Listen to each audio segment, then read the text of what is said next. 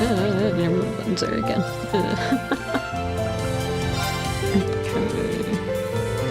I was planning to play an SMT, but things happened and I need to test some things, so here I am, improvising. But a lore dump. I mean, I guess I might as well react to this. Alright, the game's not capturing Red Recon Bone. Hello. Okay, I've experimented again. Where is the game? Here it is. So actually, after the stream last time, I wanted to watch the scene. And like a minute or two into the YouTube video, I crashed again. So I thought, okay, this is a sign from God or something that I need to do a new game plus myself. So I did. Here I am. Might as well just read this. Actually no, it's my book, isn't it? Apparently this is really important, and Cold Steel Tree will act like you know this. You find these scattered all across the place. I recommend using a guide to find them, because one of them requires a hidden quest. And you ring into Thomas and he will decode them for you. Anyway, I will attempt to read these. The Gods of Creation before Septian Calendar. Is that cut off a bit? It says calendar, should it be like, I don't know, a certain year? Anyway. In the beginning there were two great gods. One boasted unrivaled courage, the other unparalleled fortitude. They ascended from the heavens with their kin. That's when the dark land below they first met. Calamity. Their opposing natures incompatible, the two were drawn irresistibly into battle. And thus began a struggle that shook heaven and earth. The gods and the spirits lament were for naught. As the land quaked, the skies were torn asunder, and the gods' kin could only tremble in fear. After what seemed an eternity, their clash came to an end. But it was an end of mutual defeat. Their power spent, the empty shells of the two celestial titans were flung into the furthest reaches of the dark land. All that remained in their wake were terrible scars in the land, their kin, and their great power. So yeah, it's actually going to be a really short stream. Just a test stream, let's hope everything's okay. Bang my head against the wall for 2 years. Not 2 years, that's too long. 2 weeks trying to solve my technical issues. The Dark Dragon, year 371, Septian Calendar. 200 years after Heimdall was first founded, ruin rose on monstrous wings from the depths of the earth. Its name was Sora Agruga, the Dark Dragon. Wasn't the final boss of 1 and this game or something like that? The malevolent creature of terrible power spread a miasma throughout the capital to turn Heimdall into the city of the dead. I have read these before. The final part where you go to the dorm and you talk to everyone this time. That's like your prompt to read these. It's a bit ominous because they're playing like the opera music. But the horrors did not end there. The evil dragon desecrated the corpses of the fallen, taking control of their bodies and using them to attack those who remained alive, further increasing legions of the dead. The emperor at the time, Asturias II, was forced to flee a city with what remained of its household and citizens. Together they retreated south and established a new capital in the land of Saint Eric, which I think the other class went to in the first game. We haven't visited yet. Oh, actually, fun fact. Apparently this game was supposed to have the western part of the country, but because of the PS Vita game, a handhold, that kind of held them back a lot, so they had to cut that part out. That's why Cold Steel Tree onwards are PS4 games. Actually no, PS3 games. Through 100 years and 6 more emperors, the Bane of Heimdall went unchallenged. It was the 7th Hector I who resolved to recapture the city. Time had proved an ally to the beasts, however, and the dragon's influence spread over the surrounding area like a plague. Undaunted Hector I led an army of brave knights into Necropolis in an attempt to free it. But though their hearts were steadfast, their arrival was met by legions of powerful fiends, and their efforts seemed doomed to end in failure. It was then that Hector I had a fateful encounter with none other than the great Vermilion Knight, Testarossa. The knight recognized Hector I as his master, and bolstered by his immense power and countless weapons, the Emperor moved once again in the city into the decisive encounter with the Dark Dragon. The battle shook the city to its core, and at the end, the Vermilion Knight was victorious. The Scourge of Heimdall, the Dark Dragon, was defeated. However, the price of victory was steep. The corrupted blood that flowed from the dragon claimed Hector's life and defiled even the knight itself, placing a curse upon it, and that's why the knight is evil now. I guess it's cursed. Is that what Ouroboros wants to do then? They want to resurrect the Dark Dragon? Is that their end goal? Because they needed Testarossa, didn't they? The noble Testarossa became the Crimson Calamity, a demon with 1,000 weapons that only reacts to the bloody Arnor family. That struck the force and power of the Dark Dragon that, should control of it ever be lost, would threaten the world and all who live in it. It was sealed deep underground, never intended to again see the light of day. Until this game, yay. Meanwhile, a new city rose from the ashes of the old, and people once again began to gather in Heimdall. And that was when the Vermilion capital that endures to this day was first built. Excuse me. Okay. The War of the Alliance begins, year 947. Excuse me, I'm dyslexic. In the year 947, Emperor Valius V passed away. His death heralded the beginning of the largest scale civil war in Erebonian history. Valius V was a ruler with a somewhat debaucherous reputation, and is said to have countless wives and concubines. To further complicate the matter of succession, many of those wives came from prestigious noble families, all of whom began competing for power and wanted their offspring to take the throne. Within days of Valius V's death, Crown Prince Manfred, the son of his first wife, was assassinated by an unknown party. Following the death of the Crown Prince, the fourth prince and son of the first of Emperor Valius' secondary wives, Prince Orges, seized the capital by force. Once in control, he declared himself the new emperor and began purging all those who dared to oppose him. There's a lot of names for me to remember. The coup set off a succession of counterclaims, and 3 other princes also named themselves to be the new emperor. Backed by the powerful noble families of their mothers, the competing princes ignited a bloody 5-year-long civil war, and thus the War of the Alliance began. They actually went into detail about what this war was about, did they? At first, the princes' armies were largely equal in terms of strength. It wasn't until Ordris, who would later become known as the false emperor, revived a being that had long been sealed under the city that Valius' power shifted. Yeah, this was Cain's ancestor.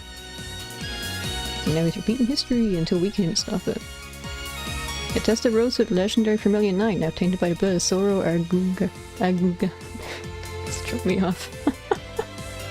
Isn't there a herb, an American herb that's called agarugla or something like that as well? I think we call it something else.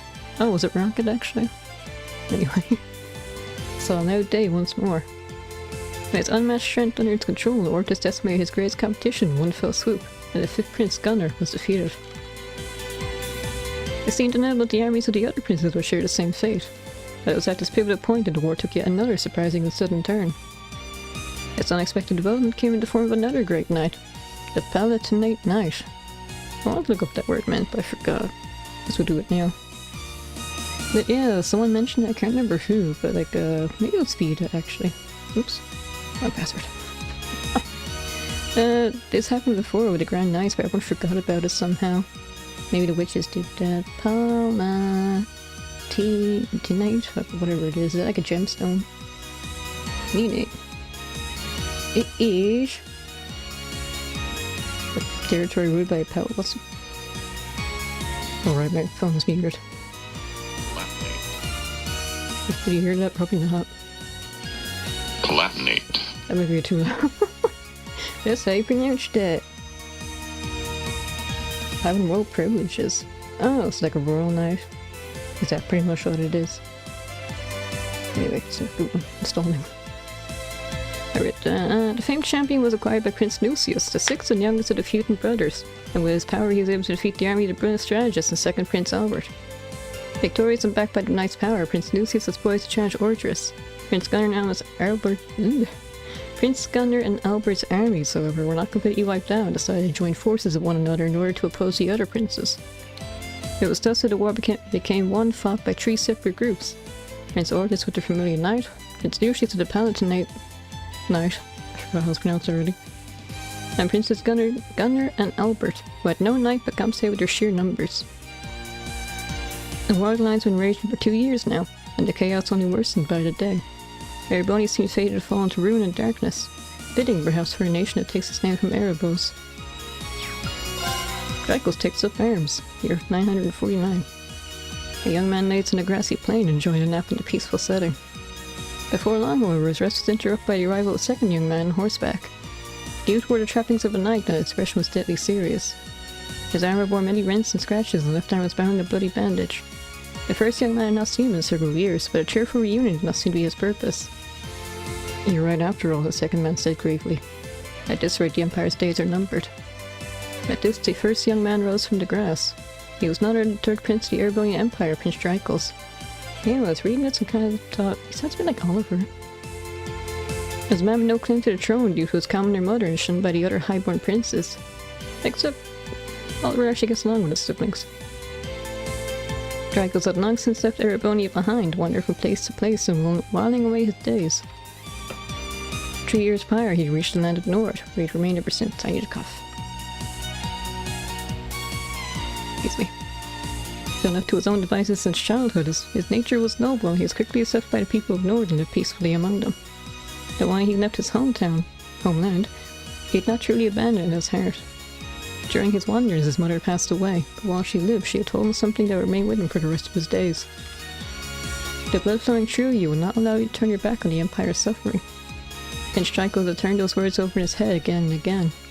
What could a powerless vagrant like himself truly hope to do? Benai's arrival, however, signified 2 things. The war continued to worsen, and that Erebonia was on a certain path to ruination. His mother was probably correct. Hearing the knight's words, he decided that enough was enough. He ignored the pain of his countrymen no longer. That knight, incidentally, was called Roland, the childhood friend of Draco's and his confidant. I don't know if anyone mentioned this guy before. I don't know if like Mulder or something is a descendant of him. He was also the man who Dracos had left in charge of things in his place before leaving the country. I need a drink, excuse me. Prince Draco set about preparing to depart, but before he could finish, he was met by several of the tall knights of Nord, their cross-shaped spears in hand. They too were close friends of Draco's, and they volunteered to accompany him and Roland, where the 2 men alone would not stand a chance. The next morning, the prince departed the village, a mere 17 men under his command. They bade farewell to the people of the settlement, and his elder wished them well. May the winds and the goddess be with you, he blessed them. Fortune favour you all. The war comes to an end, year 952. Prince Draco's opponents were the armies of 4 Prince Ortus and his Vermilion Knight, 6 Prince Lucius and the Palatinate Knight, and the combined forces of the remaining princes Gunnar and Albert, who had a legion of magical golems under their control. Where did they get those? Yet it was he, the illegitimate son of a commoner and latecomer to the war, who emerged triumphant. His victory did not come without losses, however. During his return to Erebonia, Roland fell in battle. Not long after that, however, he met a woman who would change his destiny forever. That woman was none other than the daughter of Count Sandlot, who hailed from the lakeside town of Legram. A charismatic personality and peerless skills with the lance under the leadership of a band of knights known as the Eisenritter and a moniker Lance Maiden. Her name was Leanne Sandlot. Prince Dracos and Leanne Sandlot may have come from wildly different backgrounds, but their concern for the innocent victims of the war united on purpose to bring an end to the bloodshed, and it was those shared feelings that made them join forces. The 2 of them, along with the warriors of the Nord, the Eisenritter, and all the other peoples of the nations as they moved, liberated one town after another, and eventually successful in persuading even Prince Lucius or the Palatinate Knight to fight for their cause. Excuse me. Sounds a lot like what we were up to, liberating towns one at a time. I guess you could stretch it and say Prince Lucius is kind of like Crow. He did join up with us temporarily, for reasons. Excuse me again. At the same time, however, the false emperor schemed to elevate the cursed Vermilion Knight to even greater power, to godhood, and thus the Vermilion Apocalypse was created. The demonic god emerged in Heimdall alongside a monstrous castle and vanquished the approaching armies of Albert and Gunnar in a single battle. Their end was anything but conventional, however. They were simply erased from existence. You can even stretch it some more and say Albert and Gunnar were like Neidhart and Muller, and their armies were the students fighting out the magic knights. Oh, actually no, yeah, this is kind of a repeat of what we did. Huh. Even the Palatinate Knight could not contend with such a foe and was found. And as it was decimated, all who challenged the false emperor, countless Crimson Spirit veins spread out from the castle, stealing the very life from the capital citizens, as well as those in the surrounding area. Defeat seemed all but inevitable for Prince Dracos, the Lance Maiden, and their followers, but they refused to give up. Who's my Lance Maiden then, if Reen is Dracos? My waifu choice, perhaps. Following the guidance of a kindly witch, they were led to a new great knight who slumbered on the outskirts of Heimdall. 150 years ago. If I'm right and witches have like long lifespans, maybe it is actually Emma's grandmother? Sorry, decided. Where am I? After overcoming a trial, they were able to claim the Ashen Knight and his powers. With it in hand, along with their many supporters in the army of Prince Lucius, they marched on the capital for the final time, eventually making their way to the castle at its center. 3 days later, on the 4th of July, year 952, the castle vanished from existence and the city was liberated. But that's not all. No, there's one more. Oops, one more thing to do. I think. Do I do this now? Yeah.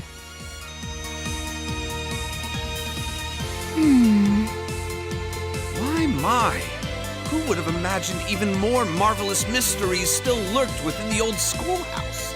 What a delight! Why, I can hardly stop myself from heading in there to take a little peek. That might not be the best idea right now. There's no telling what could happen in there. Oh, come now, I was only kidding. I wouldn't dream of rushing in to steal the thrill of discovery for myself. But, all joking aside, I take it you finished reading those deciphered passages from the Black Records I gave you, Reen? Yeah, it's kind of a weird time to say this now, but I did some of the hidden side quests in my New Game Plus run, and, saw the other events. I talked to her something that's kind of important that shouldn't have been optional. When I hung out with Milliam at one point, she said she never cried before. Never ever, and she didn't really feel sad. So that kind of makes the ending scene hit differently. That was the first time she ever cried, but I would have known that. And there's a side quest with Elisa and her mother, fixing her pocket watch with a picture of her and her husband, and then a hidden picture of her with Lisa, baby Lisa. So it's very, very deep in there, but she does have a hidden soft spot for her daughter, I suppose. Anyway, continue on. Huh? Deciphered? Well, sure, I looked through them, but why do you ask? And what's Rosine doing here anyway? Well... Questions, so many questions. Please, allow me to elucidate.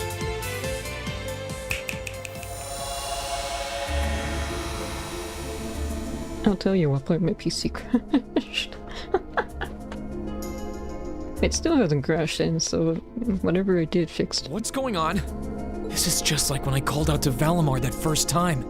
To put it simply, I've created a partition of sorts. The three of us standing here within are the only ones who can even sense it.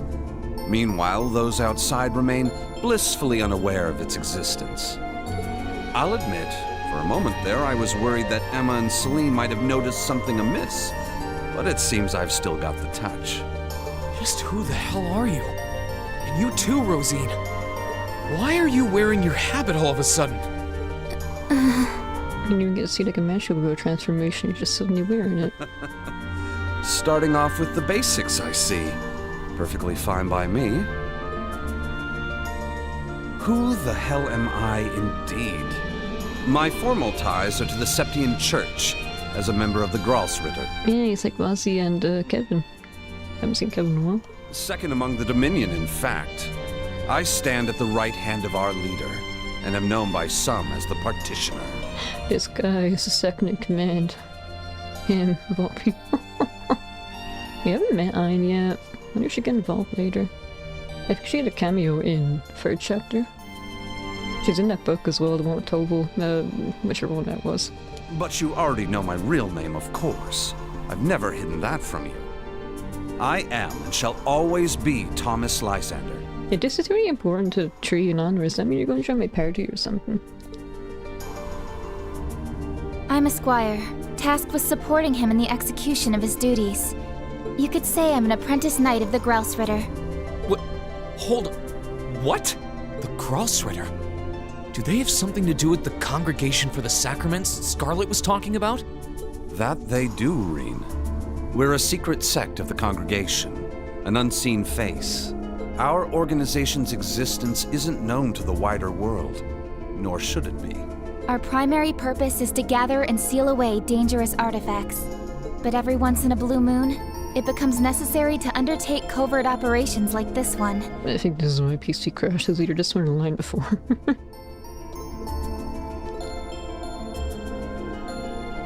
I guess I shouldn't be surprised. To be honest, I felt like there was something off about you for a while now. You were able to decipher the Black Records for one. Your knowledge and abilities go way beyond the average instructors. Yeah, if you talk to him about the... If you talk to him around the end of Cold Steel 1, you mentioned the Septarians, which are supposed to be top secret, aren't they? But even still, I never would have guessed you were connected to something this large scale. And with all that in mind, what do you want with me? Why tell me all of this now? Have you finally decided to step out from the shadows and interfere? That's not quite it. Perish the thought, Reen. What happens in the old schoolhouse is out of our jurisdiction. Always has been.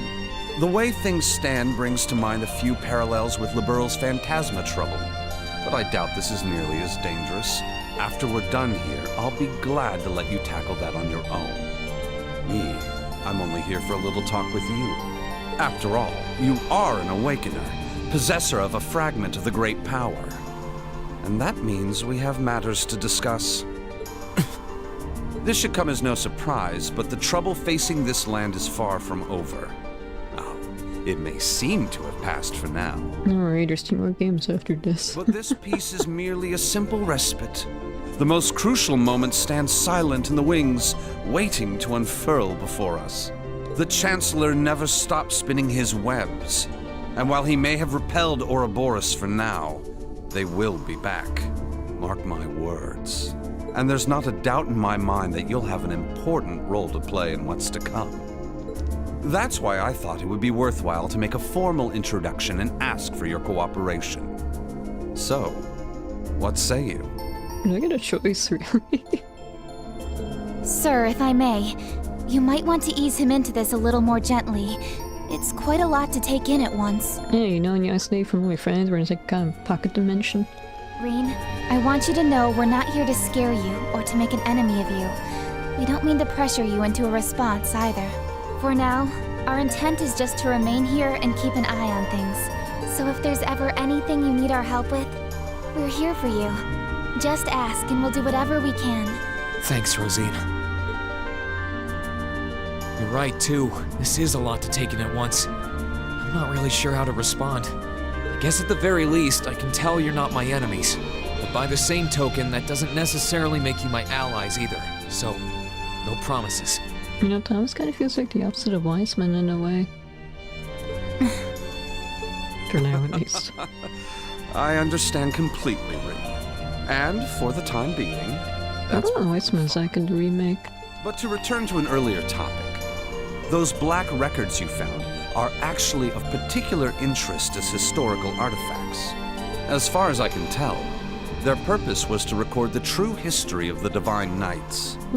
Given that recovering artifacts like those is our job, well, if you happen to find any more, do. I'll give you transcripts of everything I can decipher, of course. Given what you've read so far, I'm sure you must be curious. I'm more worried than anything. How do I factor into all this? What's going to happen in the next 2 games? I'll give it some thought.